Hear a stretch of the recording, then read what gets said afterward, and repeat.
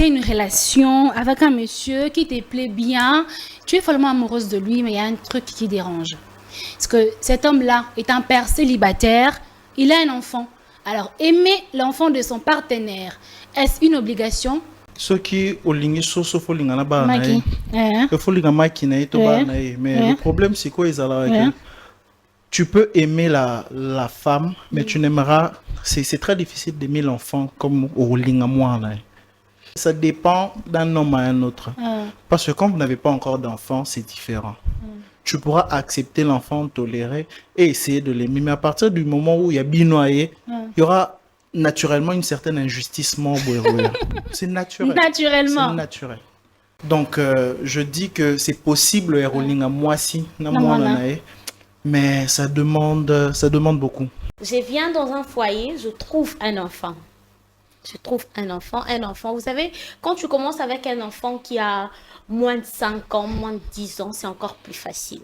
Quand tu trouves des adolescents, voilà, je vais arriver, des adolescents qui sont mûrs et puis des adolescents qui ont été intoxiqués par la première femme, c'est compliqué.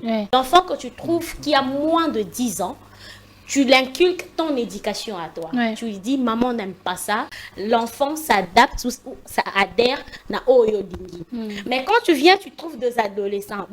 N'aké pas d'adolescents, bon, ta puberté à partir de 12 ans. Toi qui as puberté à partir de 12 ans. Ils connaissent et ils réfléchissent. Ils savent déjà que, oh, mère n'a pas été. Je prends nous le quinoa, la manière on parle, oh, mère n'a pas été. Et puis l'enfant côtoie sa mère. De l'autre côté, c'est que sa mère est en train de l'inculquer, pose encore de problèmes. Tu vois? Alors, il faudrait mettre de base sur ça. L'homme n'est peut-être pas obligé de fortement aimer l'enfant de sa femme. Puisque tu aimes déjà la mère, tu es appelé par devoir à être le père de l'enfant. Parce que même dans la loi, même de principe de droit, il est dit que la maternité ne se prouve pas, mais la paternité se prouve. L'enfant a pour père le mari de sa mère. Et non, l'enfant n'a pas pour père le père qu'il a là. Non. Ou son géniteur, non.